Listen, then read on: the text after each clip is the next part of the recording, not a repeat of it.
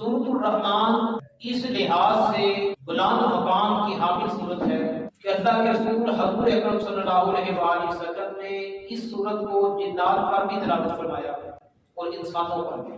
سورۃ الرحمن اس کے مکی اور مدنی ہونے میں بھی اختلاف ہے، بعض کے نزدیک یہ مکی ہے اور بعض کے نزدیک یہ مدنی سورت ہے۔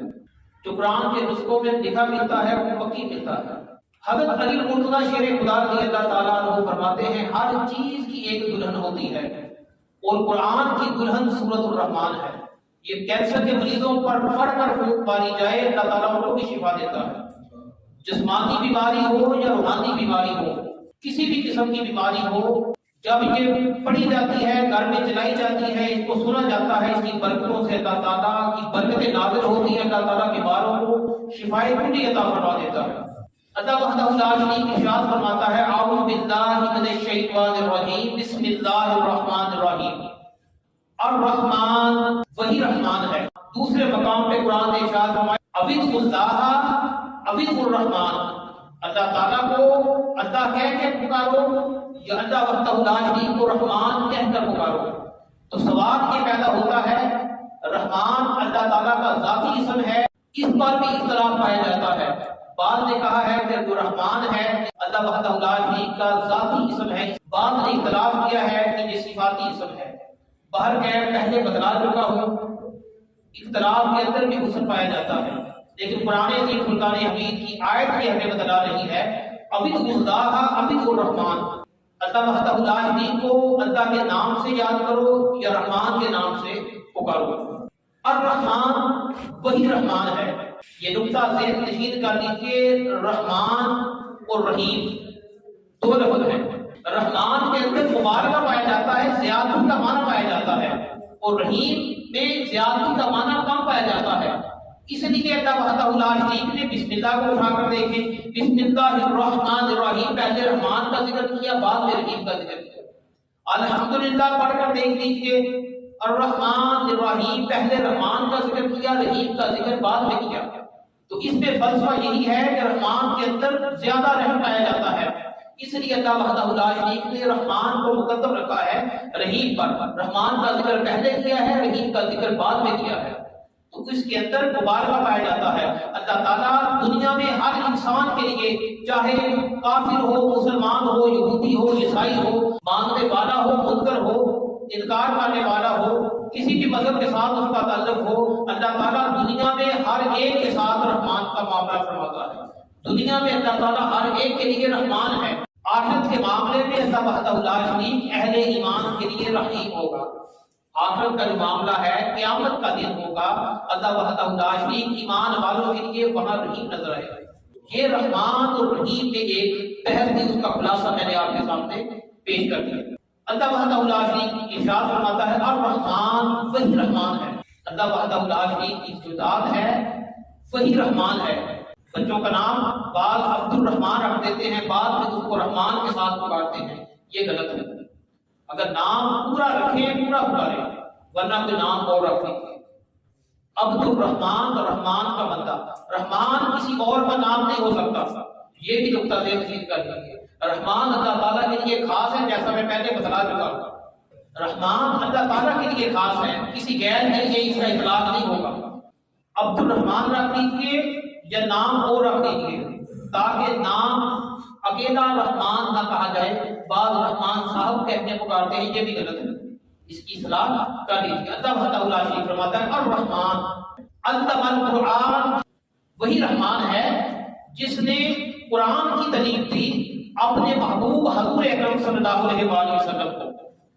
تو اللہ وحدہ لا شریک نے قرآن نازل فرمایا۔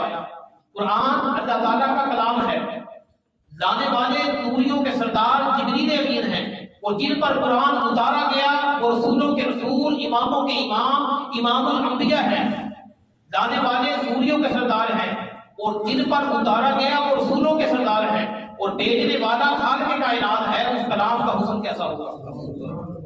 نبی کریم علیہ الصلوۃ والسلام کو رحمان نے تعریف دی، کس کی؟ قرآن عظیم فرقان حمید کی۔ اور نبی کریم علیہ الصلوۃ والسلام نبی امی ہیں، امی بعد نے اس کو کہا ہے ان پڑھ، نبی کریم علیہ السلام ان پڑھ ہیں، ان پڑھ ہم اس کو کہتے ہیں جو کسی سے پڑھا ہوا نہ ہو، لیکن جہاں نبی کا معنی یہ نہیں کریں گے بے ادبی ہو جائے گی۔ حضور اکرم صلی اللہ علیہ وآلہ وسلم نبی کے امتی ہیں، ان پڑھ نبی ہیں، اس کا معنی یہ کیا جائے گا ان پڑھ ہونا یہ ایسا نہیں ہے کہ حضور اکرم صلی اللہ علیہ وآلہ وسلم کو علم نہیں ہے، اس کا مطلب یہ ہے کہ نبی کریم علیہ السلام اگر کسی بھی استاد کے سامنے جا کر بیٹھ کے اس کی عزت کرنی پڑتی، اللہ وحدہ لا شریک نے فرمایا پیارے محبوب تمہیں کسی استاد کی عزت کرنے کی ضرورت نہیں ہے، تیرا استاد خود ہے، تیرا استاد الرحمان ہے جو تمہیں تعلیم دے رہا ہے، قرآن کے زیور سے آراستہ فرما رہا ہے، تمہیں کسی اور استادوں کی ضرورت نہیں ہے، تیرا استاد تو وہ ہے جو قیامت تک کے لیے جس کا نام لیا جائے گا، اس کے بعد بھی اسی کا نام لیا جائے گا، الرحمن علم القرآن، وہی رحمان ہے جس نے اپنے محبوب کو قرآن کی تعلیم دی۔ اس کے بعد خالق کے کائنات نے ارشاد فرمایا خلق الانسان، جس نے پیدا فرمایا انسان کو۔ انسان کا حسن کیا ہے؟ انسانیت کا حسن، اب اس کی تھوڑی سی تفصیل کرتے ہیں۔ خلق الانسان وہ ذات جس نے پیدا کیا انسانیت کی جان محمد مصطفیٰ صلی اللہ علیہ وسلم۔ خلق الانسان، اور انسان تو بڑے بڑے دنیا میں تشریف لائے، لیکن حضور اکرم صلی اللہ علیہ وآلہ وسلم کا انسان ڈھونڈنے سے بھی نہیں ملے گا، اور حضور اکرم صلی اللہ علیہ وآلہ وسلم کو پیدا کرنا مقصود نہ ہوتا تو اللہ وحدہ لا شریک اپنا آپ ہی ظاہر نہ فرماتا۔ یہ ہے انسانیت کا حسن، یہ ہے حضور اکرم صلی اللہ علیہ وآلہ وسلم کا مقام جو اللہ وحدہ لا شریک کے ہاں علمہ البیان، اور حضور اکرم صلی اللہ علیہ وآلہ وسلم کو اللہ تعالیٰ نے ہر چیز کا بیان کرنے والا کر دیا، ہر چیز کے بیان کا ہنر اور فن حضور اکرم صلی اللہ علیہ وآلہ وسلم کو عطا کر دیا، اور عطا فرمانے والا اللہ ہے اور اپنے محبوب کو دے رہا ہے، اور اس پر اعتراض نہیں کرنا چاہیے۔ دینے والی ذات وہ ہے، دے رہی ہے اپنے محبوب کو، تو اس پر اعتراض نہیں بنتا۔ تو اللہ وحدہ لا شریک نے حضور اکرم صلی اللہ علیہ وآلہ وسلم کو بیان کے ہنر سے آراستہ فرما دیا۔ یہی وجہ ہے حضور اکرم صلی اللہ علیہ وآلہ وسلم نے پھر جب قرآن کی تفسیر کی ہے سب سے مقدم یہی ہے، سب سے بہتر، سب سے اعلیٰ تفسیر جو مدینے کے تاجدار نے دموں سے ٹکرا کر نکلی وہی کہلائی ہے۔ ان کے بعد دوسری تفاسیر آتی ہیں، لیکن پہلی تفسیر جو قرآن کی تشریح مدینے کے تاجدار حضور اکرم صلی اللہ علیہ وآلہ وسلم نے کر دی وہ ہے۔ اس کے بعد اللہ وحدہ لا شریک فرماتا ہے الشمس والقمر بحسبان۔ الشمس عربی کے اندر سورج کو کہتے ہیں، قمر چاند کو کہتے ہیں، سورج اور چاند بحسبان حساب کے ساتھ چلتے ہیں۔ اللہ وحدہ لا شریک نے یہاں سورج اور چاند کا ذکر فرمایا کہ یہ دونوں حساب کے ساتھ چلتے ہیں، بے حساب نہیں چلتے، بے حساب چلیں گے تو اعتدال پیدا ہو جائے گا، حد سے تجاوز کر سکتے ہیں۔ فرمایا ایسا نہیں ہے، یہ دونوں حکم کے پابند ہیں، ایک حساب سے ایک مدار میں چلتے نظر آئیں گے، ایک منازل ہے وہ طے کرتے نظر آئیں گے، اس میں وقت کا بھی لحاظ رکھا جاتا ہے، وقت کو ملحوظ خاطر رکھا جاتا ہے۔ اس کے بعد خالق کائنات ارشاد فرماتا ہے وَالنَّجْمُ وَالشَّجَرُ يَسْجُدَانِ۔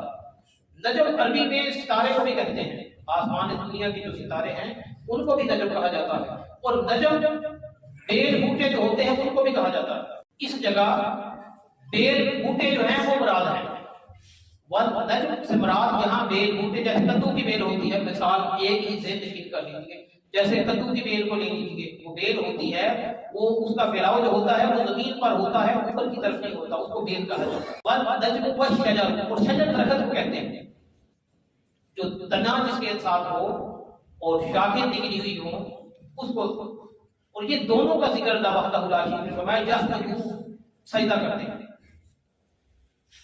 بیل اور درخت دونوں اللہ کے حضور سجدہ کرتے ہیں۔ اب دونوں کے سجدے سے کیا مراد ہے، اس پر اہل تفاسیر نے لکھا ہے، خلاصہ آپ کے سامنے رکھ دیتا ہوں۔ اس سے مراد یہ ہے کہ بیل کا بھی سایہ ہوتا ہے، جو درخت پہ پھل اللہ تعالیٰ پیدا فرماتا ہے وہ زمین کی طرف جھکا ہوتا ہے، اس کا بھی سایہ ہوتا ہے۔ جہاں یہ چیزیں اپنے ظاہری حالت کے ساتھ سجدہ ریز ہیں، ان کا جو سایہ ہے وہ بھی اللہ کے حضور سجدہ ریز ہونے کے لیے تیار ہے۔ اس کے بعد خالق کائنات نے ارشاد فرمایا والسماء رفعها ووضع الميزان، والسماء اور آسمان، رفعها اس کو بلند کر دیا اللہ وحدہ لا شریک نے، ووضع الميزان اور اس پر اللہ وحدہ لا شریک نے میزان کو رکھ دیا، ترازو کو رکھ دیا۔